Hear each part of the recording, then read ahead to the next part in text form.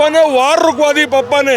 अरे पप्पा ने नहीं, सबसे बड़े पप्पा ने एक ट्वीट पे वार रुकवा दी, ये हाल कर दिया, जबकि पूरा देश एक हो गया था। इससे पूरा भाजपा और संघी आरएसएस के लोग भी खफा है कि ये मोदी जी ने अचानक कर क्या दिया। जब हमारा सैनिक लड़ने को तैयार है, मरने को तैयार है, देश के लिए मर मिटने के लिए, माताएं बहनें और अपने पूत को आगे करने के लिए हिंदुस्तानी खड़े हैं, आप कौन होते हैं भाई हमारे सैनिकों को पीछे करने वाले? 2 दिन और मिल जाता हिंदुस्तानियों को तो एक भी बच्चा 5 साल से लेकर 50 साल तक एक भी पाकिस्तानी बचता नहीं, नक्शे से खत्म कर देते पाकिस्तानी को। लेकिन ये गंदी राजनीति ने हमें फिर पीछे ढकेल दिया है। हमारे अगर मोदी जी 56 इंच के हैं तो जो ट्रंप ने 5:33 पे ट्वीट करके और युद्ध रुकवा दिया एक ट्वीट के ऊपर, तो वो तो 156 इंची का हो गया। नमस्कार, आप देख रहे हैं वो न्यूज़ और मैं हूं आपके साथ विनायक कुमार। देखिए, इस वक्त जो है भारत के अंदर हर भारतीय का खून खौल रहा है और साफ तौर से भारत के प्रधानमंत्री नरेंद्र मोदी से जवाब चाहते हैं कि आखिर सीज फायर क्यों हुआ। जिन्होंने कलमा पढ़ाकर 26 लोगों की जान ले ली, क्या उन आतंकवादियों का जो है सर कलम हुआ? उन आतंकवादियों का सर जो है भारत के अंदर आया? ये तमाम सवाल हैं। देश की जनता के अंदर जो है उनका खून उबल रहा है, वो साफ तौर पे सरकार से जवाब चाहते हैं। जुड़ेंगे, बातचीत करेंगे। चाचा, आप तो कट्टर समर्थक है भारतीय जनता पार्टी के और मोदी सरकार के। क्यों बोल रहे हो? बोलने में क्या दिक्कत? आप कट्टर समर्थक हैं। मैं सच्चाई का समर्थक हूँ, सच्चाई का समर्थक हूँ, जो देश हित में काम करता है उसका समर्थक हूँ। लेकिन आज जो हमारी सरकार ने ट्रम्प के द्वारा घोषित किया होगा सीज फायर, हमें पसंद नहीं आया, क्योंकि ट्रम्प कौन होता है हमारा सीज फायर करवाने वाला? पहली बात। कह रहे चाचा जो है वो सरपंच है। सरपंच था, अब नहीं है। अब कौन मानता है उसको? क्या चाइना मानता है? यदि वैसा मानता है ना तो सीज फायर पाकिस्तान नहीं करता, समझे? हाँ, सीज फायर किया है 9 बजे रात में, जब समझौता हो गया तो फिर सीज फायर किया 9 बजे रात में। क्या करना चाहिए? फिर क्या करना चाहिए भाई? जैसे सीज फायर कर दो। देखिए ये चाचा उसको भी, अरे चाचा तो खुद कह रहे कि भाई सीज फायर क्यों हुआ? नहीं होना चाहिए, नहीं होना चाहिए। हाँ? अमेरिका का राष्ट्रपति कह रहा है हिंदुस्तान पाकिस्तान का झगड़ा हजारों साल से चल रहा है कश्मीर के ऊपर। उसको ये बता नहीं है कश्मीर का झगड़ा कितने साल से, 75 साल तो हमें आज़ाद हुए वो हजारों साल से बोलता है।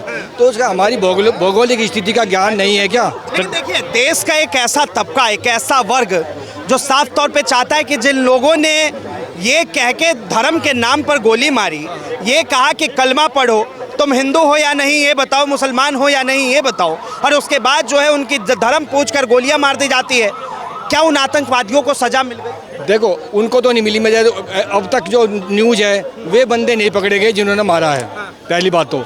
और उनके आका मारे गए, पर वे 4 बंदे कौन थे, कहाँ छुपे हुए हैं, जब उनको तो पहले पकड़ना चाहिए।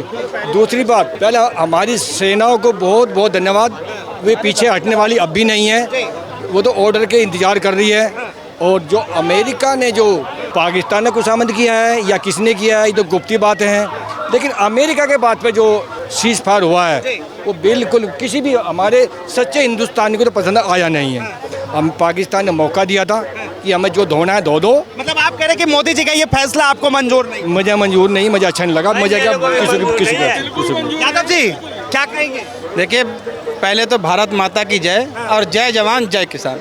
जो हमारे देश के शौर्य किसान सारी जवानों ने किया है वो स्वर्ण अक्षरों में लिखा जाएगा।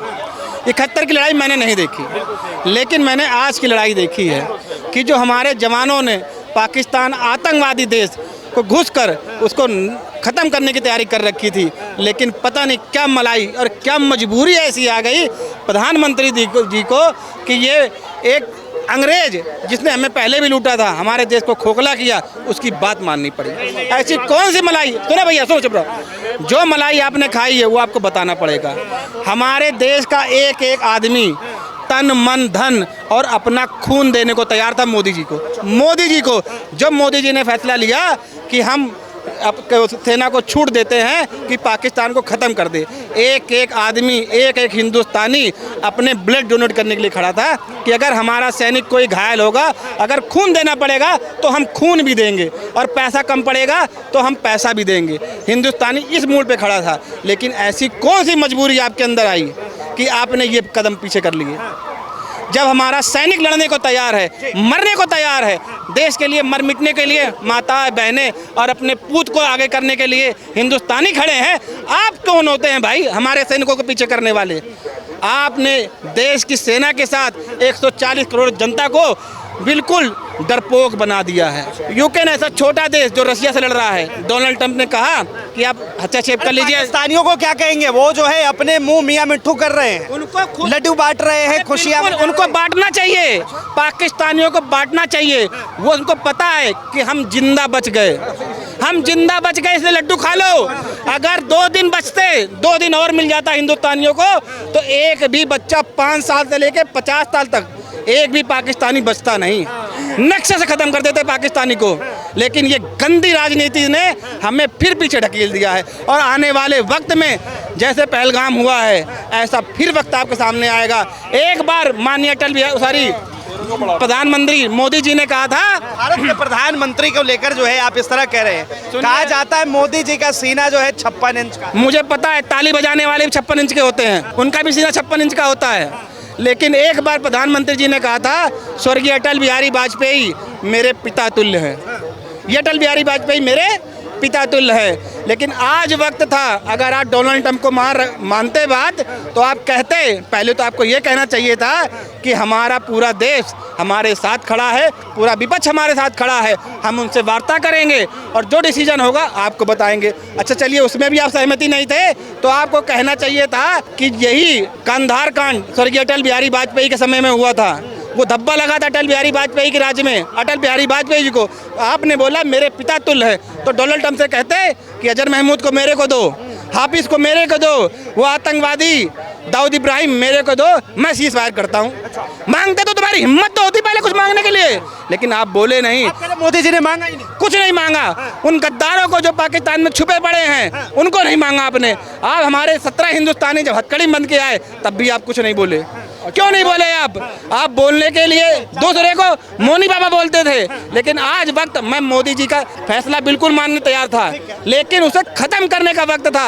आज पाकिस्तान की जनता, बलूच वाली जनता पाकिस्तान को खत्म कर रही थी, दोनों तरफ से घिरा हुआ था, लेकिन आया हुआ हाथ में मौका माननीय प्रधानमंत्री जी ने गवा दिया। एक अंग्रेज के कहने पे, दोगला अंग्रेज है वो, जो कभी इंडिया के साथ रहता है, कभी पाकिस्तान के साथ खड़ा रहता है। ऐसे दोगले अंग्रेज के कहने पर आपने हमारी सेना का मनोबल तोड़ दिया। जिसको ये नहीं पता ट्रंप को कि उसने कश्मीर का मुद्दा 1500 साल का बता दिया, और उस बंदे की बात पर समझ में आ रहे हो, हमारे अगर मोदी जी 56 इंच के हैं, तो जो ट्रंप ने 5:33 में ट्वीट करके और युद्ध रुकवा दिया एक ट्वीट के ऊपर, तो वो तो 156 इंची का हो गया। और कैसे नहीं होगा ये? वहां से वो कार ने सुना ना आपने, पप्पा ने वार रुकवा दी, पप्पा ने, अरे पप्पा ने नहीं, सबसे बड़े पप्पा ने एक ट्वीट पे वार रुकवा दी, ये हाल कर दिया, जबकि पूरा देश एक हो गया था। इससे पूरा भाजपा और संघी आरएसएस के लोग भी खफा हैं कि ये मोदी जी ने अचानक कर क्या दिया, जिससे कि हमारा देश 3 से 4 दिन में निपटा देता या नहीं निपटाता, वो बात की बात है, मगर पैर पीछे कदम वो भी ट्रंप के कहने से किए हैं। इससे बहुत ज्यादा खफा हिंदुस्तानी। कुछ ना कुछ तो वजह होंगे, कुछ ना कुछ तो प्रधानमंत्री सोच रहे होंगे। चाणक्य माना जाता है राजनीति के अमित शाह को, तो हो सकता है ना चाणक्य के पास कोई और प्लान। भाई साहब, चाणक्य ये सारी बातें अलग हैं, तो जो 26 लोग मरे थे और देश की जनता का जो 26 लोग मारे गए और देश के इतने लोगों को आक्रोश था, उनकी वैल्यू हिंदुस्तानियों की कुछ नहीं, जो वोट देके इनको बनाते हैं, आज वो कुछ भी नहीं।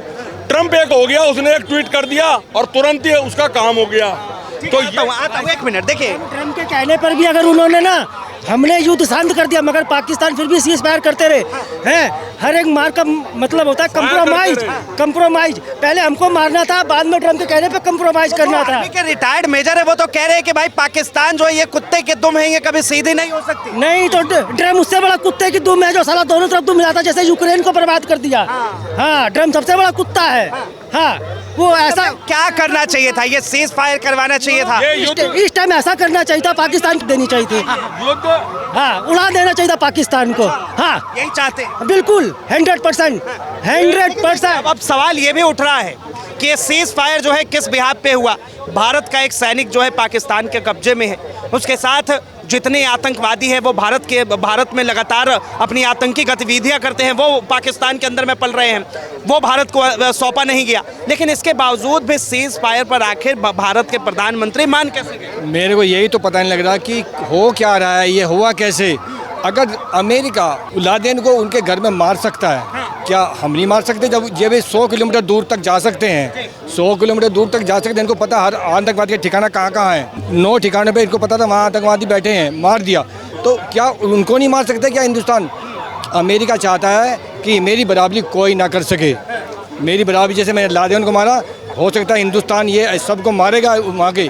उसने ऐसा कुछ घुट्टी पिलाई है कि सीज फायर में लाके भारतीय सेना का तो मूड बन गया था कि इस बार जो है पाकिस्तान के पास जो कश्मीर है वो भी लेके आए। वो पाकिस्तान के पास कश्मीर है, वो तो चाहिए ही चाहिए। उसके तो नाम बात ही अलग है, उसको छोड़ेंगे ही नहीं है। वो तो उनका मूड तो